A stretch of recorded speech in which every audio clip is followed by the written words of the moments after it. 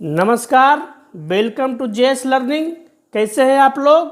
आशा करते हैं आप ठीक होंगे। तो दोस्तों, हम लोग वर्ल्ड मैप की इस क्लास को आगे बढ़ाते हैं। हम लोग पिछले क्लास में चर्चा कर चुके थे इराक की। आज हम लोग बात करेंगे ईरान की। तो वीडियो में आगे बढ़ने से पहले हम लोग आज क्या है, आज हम लोग का लगभग 12वां वीडियो है। तो हम लोग 10-11 दिन में क्या है, हम लोग क्या इस चैनल पर लगभग 300 लोग जुड़ चुके हैं। तो जितने भी सब्सक्राइबर मेरे सबको क्या तहे दिल से बहुत बहुत धन्यवाद। आप लोग से यही गुजारिश है कि इस तरह से क्या है, इस चैनल को सपोर्ट करते रहिए। वीडियो को जरूर अपने दोस्तों में शेयर करिए, लाइक करिए, सब्सक्राइब करिए और ज़्यादा से ज़्यादा क्या है इसको, इस फैमिली जेएस लर्निंग परिवार को आगे बढ़ाने का काम करिए। तो दोस्तों, जितने भी सब्सक्राइबर हैं हमारे, बहुत बहुत धन्यवाद। आज हम लोग 300 की संख्या में लगभग पार कर चुके हैं। तो दोस्तों, हम लोग बात कर रहे थे वर्ल्ड मैप में एशिया कंट्री की, एशिया महादेश की। तो एशिया महादेश में क्या है, हम लोग जैसे ही हम लोग ईरान पढ़ेंगे उसी के साथ क्या हो जाएगा, एशिया समाप्त हो जाएगा। तो हम लोग इराक तक पढ़ चुके थे। इराक की राजधानी क्या है बता सकते हैं आप लोग? क्या है? बगदाद। और हम लोग क्या क्या कल बताए थे? क्या? हाँ, इराक की राजधानी क्या है? बगदाद। तो और ठीक है, इस तरह से हम लोग क्या, आज हम बात करेंगे ईरान की। तो ईरान का हम लोग क्या है, यहाँ पे मैप बनाए। लेकिन हम लोग पहले ही बताए मिडिल ईस्ट में कितना देश है? 17 देश। तो 17 देश में हम लोग क्या है, 16 देश की बात कर चुके हैं। और हम लोग बोले हैं कि जैसे हम लोग क्या 17वां देश की बात करेंगे उस तरह से क्या होगा, हम लोग का एशिया क्या हो जाएगा, समाप्त। तो हम लोग एक बार आप मिडिल ईस्ट में 17 देश का नाम बता सकते हैं? बताइए क्या है। सबसे पहले शुरू से हम लोग स्टार्ट करें। क्या बोले, क्या है शुरू में? सबसे पहले क्या है मिडिल ईस्ट में? सबसे पहले क्या है?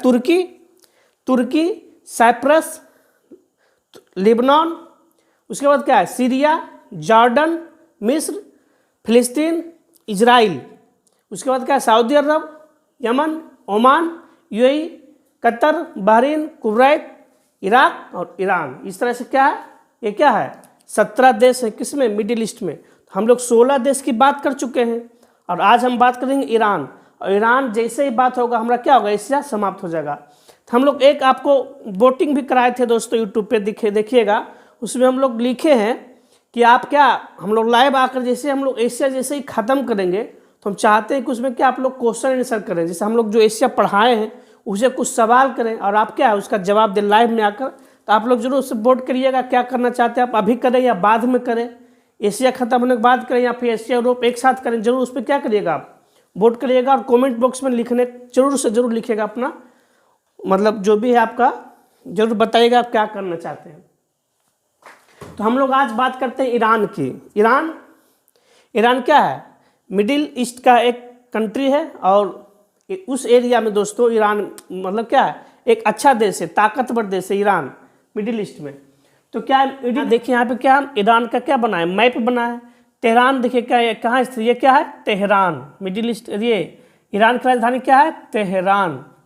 ये क्या है, एक शिया कंट्री है दोस्तों। यहाँ क्या है, यहाँ पर शिया की बहुलता क्या है, ज़्यादा है, एक शिया देश है। और यहाँ पे देख सकते हैं, यहाँ पे आपको हम बताएं, यहाँ पे एक सुने होंगे, यहाँ पे एक चाबहार बंदरगाह, क्या है, चाबहार बंदरगाह। तो आप लोग बता सकते हैं चाबहार बंदरगाह कौन बना रहा है?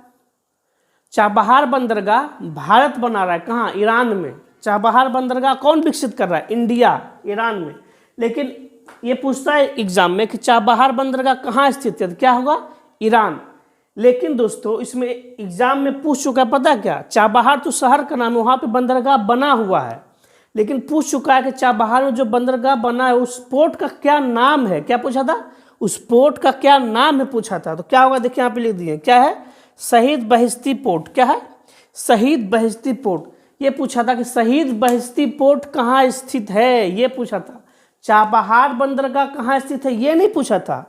पूछा था कि शहीद बहिश्ती पोर्ट कहाँ स्थित है, क्या होगा, ईरान में। तो ये हो गया, चाबहार बंदरगाह पूछ दे या शहीद बहिश्ती पोर्ट पूछ दे, क्या होगा आंसर, ईरान। जब यहाँ से थोड़ा सा देखिए, आप ईरान का मैप जब देखिएगा मैप में, तो इसके ऊपर में क्या स्थित है, इसके ऊपर देखिए यहाँ पे लिख दिए हैं, इसके ऊपर में कैस्पियन सागर स्थित है दोस्तों। यहाँ पे क्या है, कैस्पियन सागर। कैस्पियन सागर क्या है आप बता सकते हैं, सागर है कि झील है? कैस्पियन सागर क्या है? कैस्पियन सागर क्या है? झील है। दुनिया का सबसे बड़ा झील कौन है? कैस्पियन सागर। काला सागर क्या है? सागर है कि झील है? आपको बताए थे। तो काला सागर क्या है? सागर है। और वहाँ पर बताए थे कि कैस्पियन सागर और काला सागर बीच में 3 गो देश स्थित है, जॉर्जिया, आर्मेनिया, अजरबैजान, जिसको क्या बोलते हैं? काकेसस देश।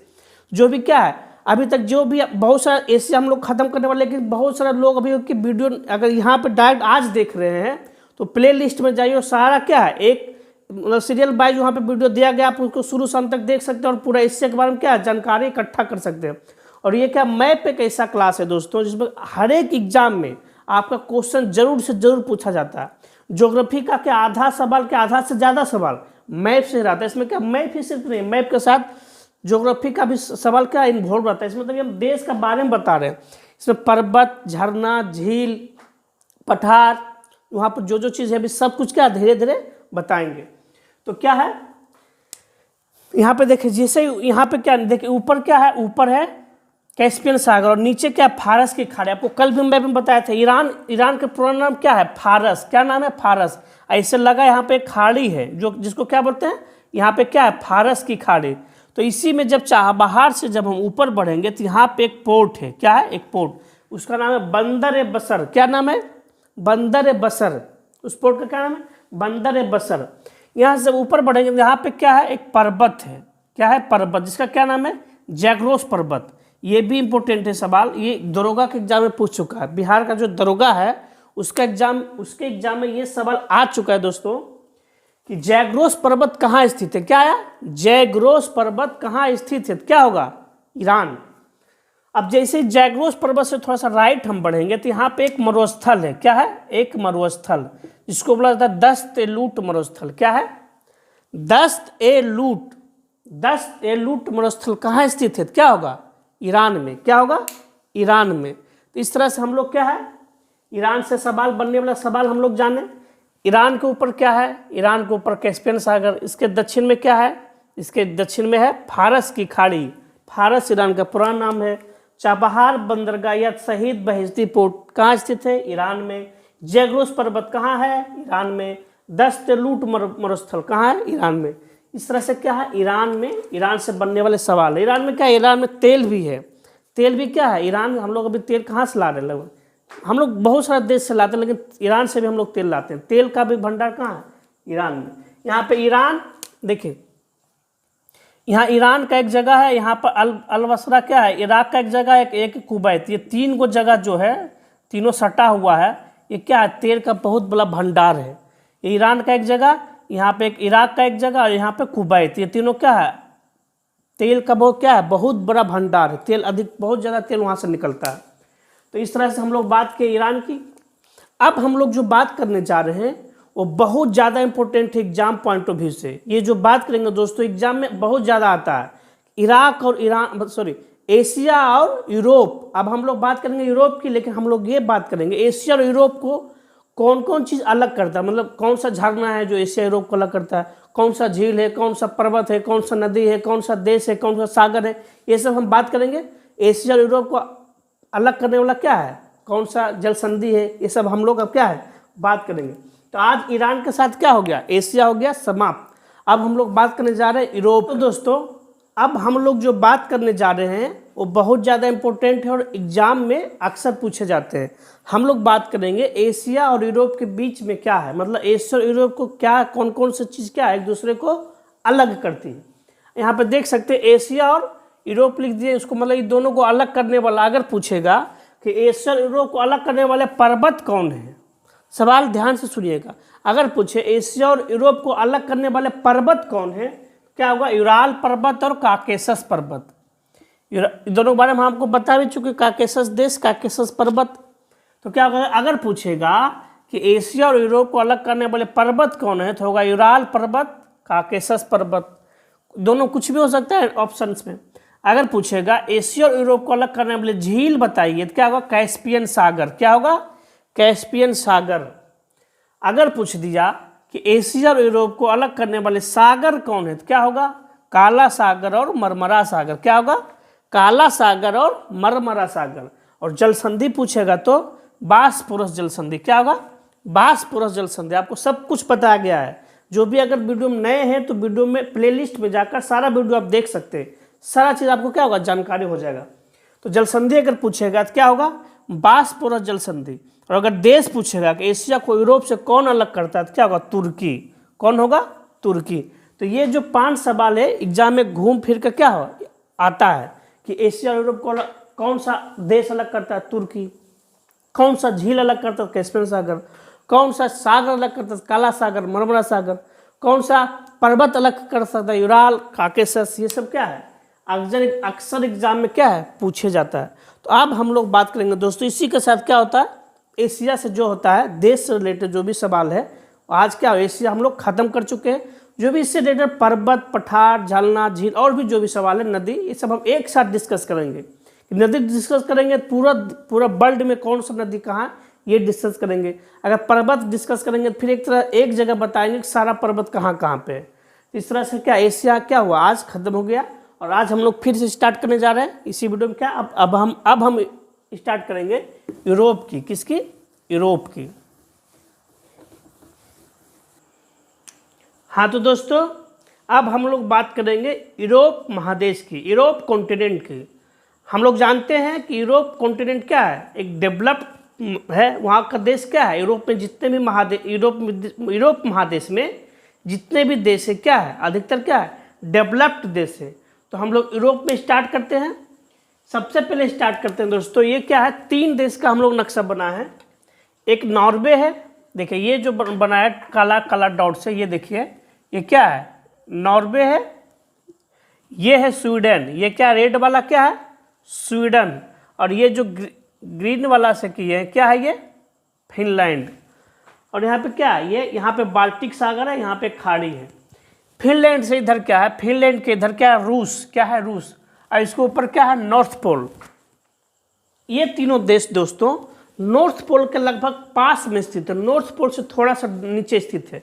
तो सबसे ऊपर जो नॉर्थ पोल के करीब लगभग यही देश स्थित है। क्या है, ये सब नॉर्थ पोल के सबसे ऊपर हाइट पे स्थित है, नॉर्थ पोल के जस्ट नीचे। कौन सा देश, नॉर्वे, स्वीडन और फिनलैंड।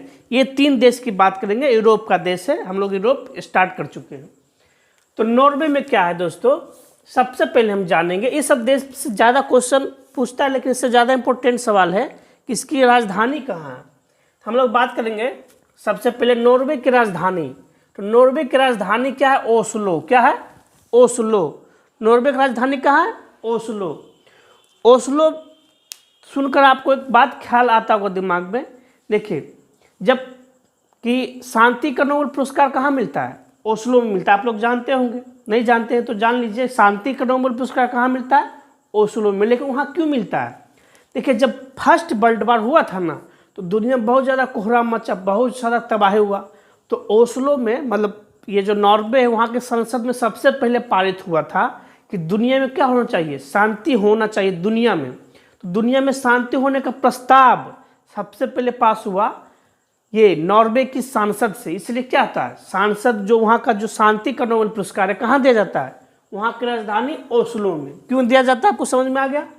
तो ये क्या, नॉर्वे की राजधानी क्या है, ओस्लो। यहीं पे क्या होता है, नोबेल का शांति का नोबेल यहाँ दिया जाता है। और जो 5 क्षेत्र वो का, और जो बाकी का जो कहाँ है, स्वीडन की राजधानी में दिया जाता है। कहाँ, स्टॉकहोम में। एक सिर्फ शांति का यहाँ दिया जाता है, बाकी कहाँ दिया जाता है, बाकी स्टॉकहोम में दिया जाता है दोस्तों। अब देखिए पहला पॉइंट इसमें लिखा गया है कि मध्य रात्रि का देश कहा जाता है। देखिए नॉर्वे को मध्य रात्रि का देश कहा जाता है।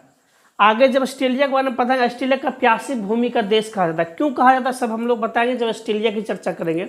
यहाँ पे क्या है, नॉर्वे को क्या कहा जाता है, मध्य रात्रि का देश। क्यों कहा जाता है, तो मध्य रात्रि का देश इसलिए कहा जाता है, देखिए नॉर्थ पोल सबसे ऊपर में, नॉर्थ पोल इधर साउथ पोल। तो नॉर्थ पोल के पास मतलब बहुत हाइट पे स्थित है ये देश नॉर्वे। तो जब सनसेट हो भी जाता है तो बहुत रात तक, मतलब 10, 11, 12 जब रात तक क्या है सनसेट, उसको मतलब सूर्य दिखते रहता है। उतना हाइट होने के बाद क्या होता है, देखिए आप जितना बिल्डिंग में दूर में जाते उतना ज़्यादा दूर तक आपको दिखता है कि नहीं, नीचे तक। तो वो हाइट में रहने के बावजूद इसलिए क्या सन को क्या है, वो ज़्यादा देर तक देख पाता है। 11 बजे 12 बजे रात तक क्या उसको थोड़ा थोड़ा दिखता है सन। इसलिए क्या रात में भी क्या उसको सूरज दिखाई पड़ता है। इसलिए कहा जाता है मध्य रात्रि का देश कहा जाता है। शांति का नोबेल दिया जाता है कहाँ? ओस्लो में। और देखिए ये तो पूरा नॉर्थ पोल के पास स्थित है दोस्तों, इसलिए कि यहाँ ज़्यादा ठंडा होना चाहिए, बहुत ज़्यादा ठंडा है। ये सब देश में है, रूस में बहुत ज़्यादा, इस सब में क्या बहुत ज़्यादा बर्फ जमा रहता है सालों भर, लेकिन यहाँ पे थोड़ा सा ठंडा कम रहता है नॉर्वे में। क्यों? देखिए यहाँ एक गर्म जलधारा बहती है। क्या है? यहाँ एक इधर से ना, जब हम लोग जलधारा के बारे में बात करेंगे तो इधर से एक गर्म जलधारा इधर जाती है, इसलिए क्या है, इसको क्या थोड़ा सा गर्म रखता है। देखिए यहाँ एक गर्म जलधारा के कारण अधिक ठंड नहीं होता। नॉर्वे में क्या है, एक गर्म जलधारा वहाँ से गुजरती है, नॉर्वे में क्या टेम्परेचर थोड़ा सा क्या होता है, अन्य के अपेक्षा ज़्यादा होता है, मतलब ठंड क्या होता है, कम होता है। इस तरह से हम लोग बात किए नॉर्वे में, सब नॉर्वे की और यूरोप की सबसे पहले कंट्री किसकी? नॉर्वे की। यहाँ पे हम लोग आपको अगर मैप में दिखाना चाहेंगे, देखिए मैप देखिए, ये क्या है, ये यूरोप का मैप है। यूरोप में देखिए ये जो ग्रीन वाला है ये क्या है? नॉर्वे। और ये जो ये येलो है, येलो ये क्या? स्वीडन। और यहाँ पे क्या? फिनलैंड। इसका ये क्या है, इसका हम लोग मैप बनाने का काम किए हैं। यहाँ पर से देख सकते हैं, जूम हो जा रहा है, नहीं ठीक है, यहाँ पर देख सकते हैं। हाँ ये जो देखिए ग्रीन वाला है क्या है? ग्रीन वाला है नॉर्वे, ये येलो वाला है स्वीडन, और ये क्या है? ये फिनलैंड। यहाँ पे देखिए ये मैप हम लोग बनाने का काम किए। ये क्या है? यूरोप का मैप है। ये बड़ा वाला क्या है? रूस। बड़ा वाला क्या है? रूस। हम लोग सब की चर्चा बारी बारी से करते हैं। सबसे पहले हम लोग चर्चा किए किसकी? नॉर्वे की। अब हम चर्चा करेंगे किसकी? स्वीडन की। किसकी? स्वीडन की। सबसे पहले स्वीडन की राजधानी क्या है? स्टॉकहोम। क्या? स्टॉकहोम। यहाँ पे क्या है? शांति छोड़कर बाकी सब कि कहाँ पे शांति नोबेल प्राइज दिया जाता है, कहाँ दिया जाता है? स्टॉकहोम में। सबसे ज़्यादा इंपॉर्टेंट दोस्तों एक नाम सुनेंगे, ओम्बड्समैन। क्या नाम सुने? ओम्बड्समैन। ओम्बड्समैन को हिंदी में कहा जाता है लोकपाल। बहुत ज़्यादा यहाँ पे क्या है? ओम्बड्समैन, लोकपाल। आप लोग अन्ना हजारे का नाम सुने होंगे, वो क्या मांग के? तो लोकपाल की मांग के। तो लोकपाल क्या है? लोकपाल एक ऐसा है पद है जो क्या है? पीएम तक की जांच कर सकता है, किसी भी अधिकारी की जांच कर सकता है लोकपाल। तो लोकपाल की मांग किया जाता है भारत में। तो लोकपाल जो कहाँ से आता है, कहाँ से सबसे पहले लिया गया है? स्टॉकहोम, मतलब स्वीडन से। लोकपाल शब्द कहाँ से आया है? स्वीडन से आया लोकपाल। भारत में लाने की बात हो रही, लेकिन अभी तक नहीं आया। तो स्वीडन जो है वहाँ से क्या है? लोकपाल, ओम्बड्समैन। कहाँ की बात है? स्वीडन की। तो स्वीडन एक बहुत ही स्ट्रांगली लोकतंत्र के मामले में जब भी आता होगा, देखते हो इंडेक्स जब आता है लोकतंत्र की, तो ये सब देश क्या है? बहुत ज़्यादा आगे रहता है। कभी ये कभी ये कभी यहाँ पे क्या है? यहाँ पे लोकपाल क्या है? ओम्बड्समैन क्या यहाँ पे लागू है। तो ये होगी क्या? स्वीडन की। हम लोग बात किए नॉर्वे, उसके बाद क्या किए? स्वीडन की। अब हम लोग बात करेंगे फिनलैंड की। फिनलैंड देखिए ये क्या है? फिनलैंड। यहाँ पे दोस्तों बहुत सारा क्या है? झील है। क्या है? झील। फिनलैंड में बहुत सारा झील है, एक नहीं बहुत सारा, इसलिए फिनलैंड को कहा जाता है झीलों का देश। बहुत ज़्यादा इंपॉर्टेंट सवाल है, एग्जाम में बहुत बार देखने को मिलता होगा आप लोग को कि झीलों का देश किसे कहा जाता है? फिनलैंड। वहाँ पे सबसे ज़्यादा झील दुनिया में किस देश में है? फिनलैंड में, इसलिए इसे कहा जाता है झीलों का देश। एक बार बीपीएससी में पूछ चुका है दोस्तों कि हेलेंस्की कहाँ की राजधानी है? ये बीपीएससी का सवाल है, 66 या 65 का सवाल है। हेलेंस्की कहाँ की राजधानी है? क्या होगा? फिनलैंड। कहाँ की है? फिनलैंड की राजधानी कहाँ? हेलेंस्की। और इसे क्या कहा जाता है? झीलों का देश कहा जाता है। और देखिए दोस्तों यहाँ आपको नहीं दिख रहा है, ये जो है ना पहले इस पर क्या था? रूस का अधिकार था। किसका? रूस का अधिकार था। तो जब ये रूस से जब अलग हुआ तो यहाँ पे एक रेखा है, ये सवाल पूछता है कि रूस को फिनलैंड से अलग करने वाली रेखा, रूस को फिनलैंड से अलग करने वाली रेखा का नाम है मेनर हिन लाइन। क्या है? मेनर हिन रेखा। रूस को जो फिनलैंड से अलग करती है, फिनलैंड और रूस के बीच में एक रेखा है जिसका नाम है मेनर हिन लाइन, मेनर हिन रेखा। ये सब क्या है? हम लोग 3 देश के बात की, यूरोप की, नॉर्वे, स्वीडन, फिनलैंड। अब हम लोग बात करेंगे तो दोस्तों अब हम लोग चर्चा करेंगे बाल्टिक देश की। किसकी? बाल्टिक देश। देखिए यहाँ पे मैप पे हम कुछ बनाए हैं, यहाँ पे देखते ये जो बनाए हैं दोस्तों, ये बाल्टिक सागर। क्या है? बाल्टिक सागर। यहाँ पे एक देश है इसका नाम है एस्टोनिया। क्या है? एस्टोनिया। यहाँ पे एक देश है इसका नाम है लातविया। क्या है? लातविया। और यहाँ पे एक देश है इसका नाम है लिथुआनिया। इसके नीचे बाल्टिक सागर के नीचे है पोलैंड। क्या है? पोलैंड। और इसके जस्ट बगल में है जर्मनी, उसके ऊपर में डेनमार्क। यहाँ पे हम लोग मोटा मोटी क्या है नक्शा आपको समझाने का काम किए हैं। यहाँ पे एक और देश है दोस्तों, देश अलग होना चाहता था, एक जिसका नाम कालिनग्राड। क्या है? कालिनग्राड। लेकिन यहाँ पे किसका कब्जा? रूस का। इस पे किसका कब्जा है? रूस का कब्जा है। किसका? कालिनग्राड पे किसका कब्जा है? रूस का। देखिए आपको बताने जा रहे हैं, आपको बताए थे रूस का सोवियत संघ का विघटन कब हुआ था?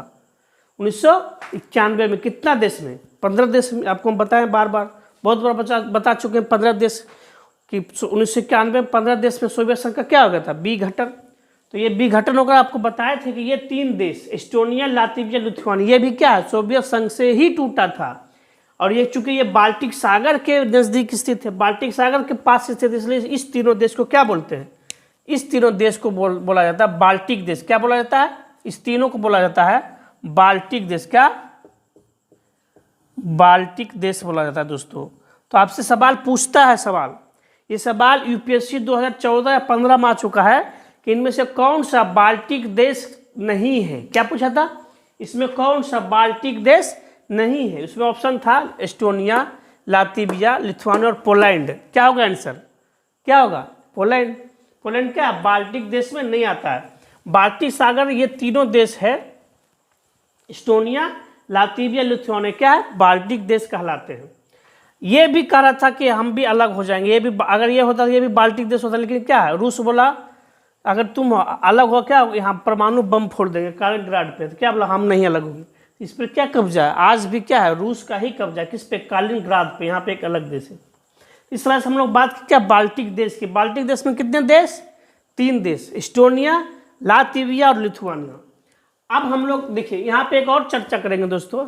देखिए स्कैंडिनेवियाई देश, जैसे बाल्टिक देश में 3 देश आते हैं, उसी तरह से एक ग्रुप है स्कैंडिनेवियाई देश। क्या है? स्कैंडिनेवियाई देश। उसमें कौन कौन आता है? क्या आपको पढ़ा है? नॉर्वे, स्वीडन, फिनलैंड और डेनमार्क। यहाँ पे एक देश है डेनमार्क। अगर इस चारों को हम एक तर कर देते हैं, एक जोड़ देते हैं चारों को, मतलब चारों का नाम एक साथ लेंगे तो उसको क्या बोलते हैं? स्कैंडिनेवियाई देश। अगर बोलेगा स्कैंडिनेवियाई देश तो कौन कौन आएगा उसमें? नॉर्वे, स्वीडन, फिनलैंड और एक डेनमार्क। आपको पता होगा दुनिया का सबसे बड़ा जो द्वीप है क्या? ग्रीनलैंड। जो दुनिया का सबसे बड़ा द्वीप है उस पर कब्जा किस देश का है? क्या होगा? डेनमार्क। क्या होगा?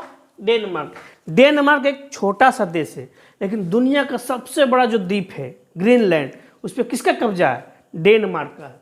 इस तरह से हम लोग बात क्या बात किए?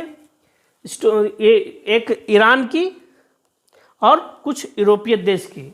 तो आगे देश की चर्चा हम आज नहीं, हम कल करेंगे। तो इस आज का वीडियो में यहीं पे समाप्त करते हैं। लेकिन वीडियो में जाने से पहले आप वीडियो को एक बार जरूर क्या करिएगा? सब्सक्राइब करिएगा, लाइक करिएगा और दोस्तों में शेयर करिएगा। मिलते हैं फिर अगले क्लास में। तब तक नमस्कार, जय हिंद।